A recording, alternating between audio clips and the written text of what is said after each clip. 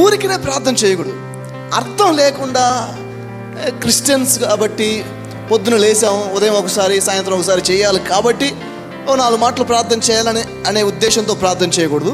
ప్రార్థన పట్టుదలతో చేయాలంటే you must have ambition to achieve something through your prayer. నువ్వు చేస్తున్న ప్రార్థన ద్వారా ఒకటి సాధించే దిశగా ప్రార్థన చేయాలి.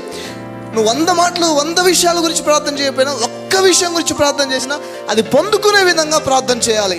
ఆ విధమైన పట్టుదల ప్రార్థనలో ఉండాలి. నా కుటుంబం దీవించబడే తీరాలి అని ప్రార్థన చేయాలి. దీవించు నాయన, ఆశీర్వదించు, లేదు, అది దీవించబడాలనే పట్టుదల నీలో ఉండాలి. దీవించు ప్రభు అంటున్నారు కదా, దీవించబడాలనే పట్టుదల ఉందా? లైఫ్లో ఎదగాలి అని ప్రార్థన చేయాలి, ఎదగాలనే పట్టుదల ఉందా? దేవుడు అడిగితే ఇస్తా అంటారు, అడుగుడు ఇవ్వడం అన్నాడు. నేను ఏమానం అడిగితే ఇస్తాడా దేవుడు? విమానం దేవుడు ఇస్తాడు, పెట్టుకోవడానికి ప్లేస్ ఉందని అంట.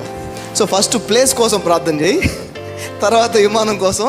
అట్లీస్ట్ ఎయిర్పోర్ట్కి వెళ్ళి ఎయిర్పోర్ట్లో నీ విమానం పార్క్ చేయడానికి కనీసం డబ్బులన్నా కట్టు, అప్పుడు విమానం కోసం ప్రార్థన చేయంటే దేవుని కార్యాలను ఫూలిష్నెస్గా ఆలోచిస్తుంటారు కొంతమంది. చేస్తాడా, అయిపోద్దా అన్నట్టుగా.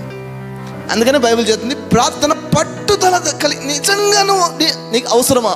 నిజంగా అది నీ జీవితంలో జరగాల? నిజంగా కార్యము నీ జీవితంలో జరగాల్సిన అవసరం ఉందా? నిజంగా అది నువ్వు కోరుకుంటున్నావా? నిజంగా ఆశ ఉందా? నిజంగా తపన ఉందా? అది జరిగించుకునే దిశగా ఆ పట్టుదల కలిగి ప్రార్థన చేయాలి. కొంతమంది ఐఏఎస్ లాంటి ట్రైనింగ్స్ చాలా కష్టపడి ప్రిపేర్ అవుతుంటారు.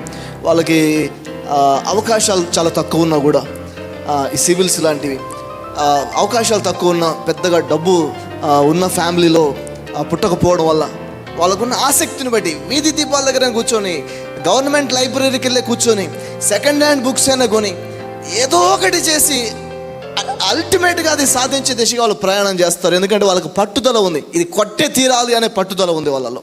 పట్టుదల లేకపోతే నువ్వు ఏది సాధించలేవు. ప్రార్థన కూడా అలా పట్టుదల కలిగిన, ఒట్టిగానే ప్రార్థన చేయకూడదు.